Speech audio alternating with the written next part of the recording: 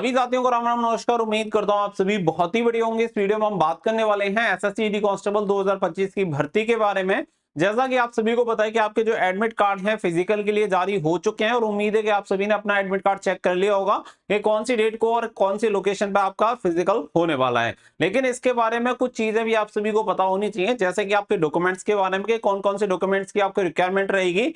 इसके अलावा ऐसी कौन सी गलतियां हैं जो कि आपको फिजिकल के टाइम पे नहीं करनी है, क्योंकि देखो फिजिकल में मैंने आपको पहले भी बताया था कि लगभग 50 to 60% कैंडिडेट ऐसे होते हैं जो कि डिस्क्वालीफाई हो जाते हैं, जबकि आपका जो फिजिकल है वो बहुत ज्यादा हार्ड लेवल का नहीं है। उसके बाद भी कैंडिडेट फेल होते हैं कुछ अपनी गलतियों की वजह से, और कुछ ऐसी चीजें हैं जिनके बारे में हमें पता नहीं होता जिसकी वजह से हम डिस्क्वालीफाई हो जाते हैं। तो अगर आप इन सारी चीजों का ध्यान रखेंगे तो निश्चित तौर पे आपका फिजिकल क्वालिफाई हो जाएगा और आगे के स्टेज के लिए भी आप सेलेक्ट हो सकते हैं। तो वीडियो को ध्यान से देख लेना, वीडियो पसंद आए वीडियो को लाइक शेयर करके चैनल को सब्सक्राइब कर लें और बेल आइकन पे प्रेस कर लें ताकि फ्यूचर में हर एक अपडेट आपको रेगुलर सबसे पहले मिलती रहे।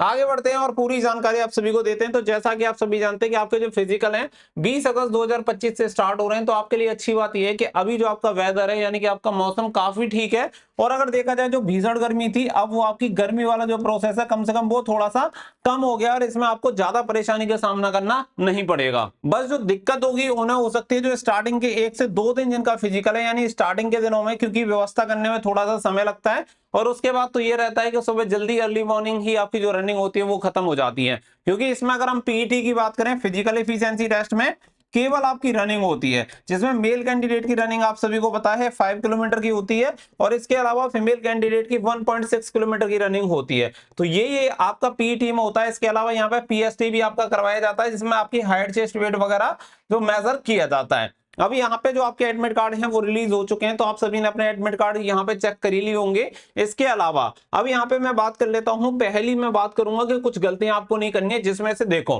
कुछ लोग ऐसे होंगे जो कि आप सभी को बोलेंगे कि कुछ मेडिसिन लेके दौड़ लो, कुछ ऐसी सजेशन दे देंगे कि स्टेरॉइड ले लो वगैरह, ये ले लो, इंजेक्शन लगा लो, इससे आपकी रनिंग हो जाएगी। तो भाई देखो, मेरा पर्सनली आपको ये सजेशन है कि अगर आप अपने जीवन से प्यार करते हैं, अपने माँ बाप से प्यार करते हैं, अपने परिवार से प्यार करते हैं, तो कोई मेडिसिन या कोई इंजेक्शन वगैरह लेके मत दौड़ना, क्योंकि देखो गर्मी का टाइम है और वो सारी चीजें भी आपको गर्मी ही मतलब शरीर में पैदा करती हैं, जिसकी वजह से ये सारी चीजें होती हैं। बहुत सारे बच्चों को इसका लॉन्ग टर्म बहुत सारे नुकसान झेलने पड़ते हैं। मान के चल भी लो कि अगर आप उससे रनिंग क्वालिफाई कर गए और इन फ्यूचर साल 2 साल बाद उसके बहुत ज्यादा साइड इफेक्ट हो गए और इससे आपका बहुत नुकसान भी हो सकता है। हो सकता है कि मतलब किसी बच्चे को बहुत ही ज्यादा नुकसान हो जाए और वो अपनी जिंदगी से हाथ धो बैठे। तो आप पहले ये डिसाइड कर लेना कि आपके लिए जरूरी क्या है, क्योंकि आप ऐसे समझ लो कि जरूरी नहीं है कि अगर आपने रनिंग क्वालिफाई कर ली तो आपका सिलेक्शन हो ही जाएगा। आप ये समझो कि अपनी जान जोखिम में डाल के अगर आपने रनिंग क्वालिफाई कर ली उसके बाद भी फाइनल सिलेक्शन नहीं हुआ, तो सबसे जरूरी है कि आपका जो जीवन है वो बहुत ही ज्यादा बहुमूल्य है, उसका ध्यान रख के चलना है। अपने परिवार वालों से अगर आप पूछेंगे कि नौकरी चाहिए या मैं, तो आपको ही वो चुनेंगे। तो सबसे जरूरी है कि आप इन सारी चीजों के चक्कर में मत फंसना। अगर आपको कोई भी व्यक्ति इस तरीके का सजेशन दे रहा है तो प्लीज उसे इग्नोर करना, उसका कोई मतलब नहीं है।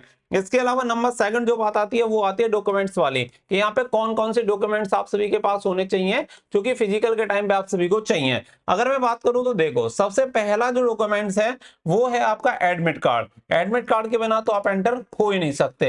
अब ये हो गया। इसके अलावा नंबर सेकंड आप सभी का आता है एक आईडी प्रूफ। आईडी प्रूफ की अगर मैं बात करूं तो ये फोटो युक्त आपका आईडी प्रूफ होना चाहिए।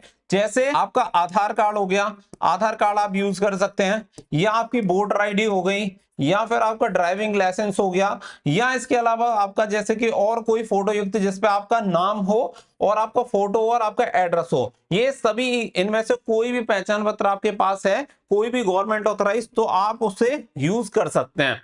लेकिन यहाँ पे जो सबसे बड़ी कहानी है वो ये है कि जो आपके एडमिट कार्ड और जो आपके आईडी प्रूफ की डिटेल्स होंगी वो बिल्कुल मैच होनी चाहिए। यानी कि आपका देखो 3 चीजें वहां पे मैच होती हैं। मेजरली अगर मैं बात करूं तो उसमें से पहली चीज आती है आपका नाम।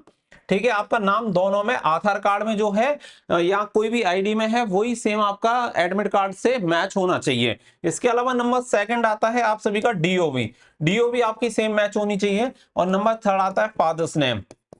ये तीन चीज आपकी वहां पे मैच की जाती हैं। तो अगर ये एडमिट कार्ड से मैच नहीं होती हैं आपके आईडी प्रूफ में, तो फिर आपको दिक्कत का सामना करना पड़ेगा। और ऐसी कंडीशन में आप वही वाली आईडी लेके जाइएगा जिससे आपकी डिटेल्स मैच हो रही हो। और सबसे बढ़िया सॉल्यूशन मैं आपको दे रहा हूं, जिससे आपने रिटन एग्जामिनेशन दिया था उसी वाली आईडी को वैलिड माना जाएगा आराम से, क्योंकि रिटन एग्जामिनेशन के टाइम पे भी वही कंडीशन एप्लीकेबल होती हैं जो आपके फिजिकल के टाइम पे होंगी। क्योंकि फिजिकल के टाइम पे आपका कोई डीवी नहीं होता है, डॉक्यूमेंट वेरिफिकेशन नहीं होता है, केवल फिजिकल पीएसटीएन पीईटी होता है। जैसे रिटन एग्जामिनेशन में एंट्रेंस के लिए यानी एंटर होने के लिए जो डॉक्यूमेंट्स की जरूरत है, सेम उन्हीं डॉक्यूमेंट्स की रिक्वायरमेंट आप सभी को पीएसटीएन पीईटी के टाइम पे पड़ने वाली है। इसके अलावा अपने साथ 4 फोटो लेकर जाना, ठीक है।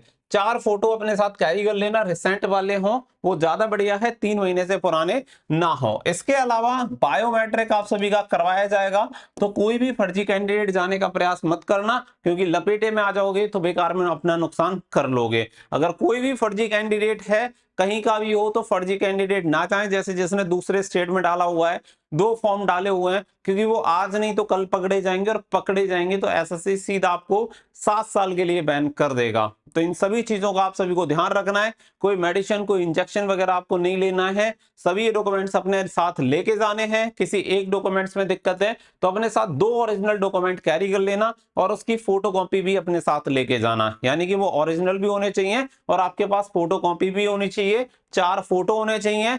एडमिट कार्ड जो हो, एडमिट कार्ड की 2 फोटोकॉपी अपने साथ लेके जाना। और ये 3 जो मेन डिटेल्स हैं वो आपकी एडमिट कार्ड और आपकी आईडी प्रूफ में सेम मैच होनी चाहिए। इसके अलावा अगर और कोई भी इंफॉर्मेशन होगी फिजिकल की, वो भी मैं आपको अपडेट देते रहूंगा। तो फिलहाल के लिए बस इतना ही, मिलते हैं नेक्स्ट वीडियो में। So thank you for watching. जय हिंद, जय भारत।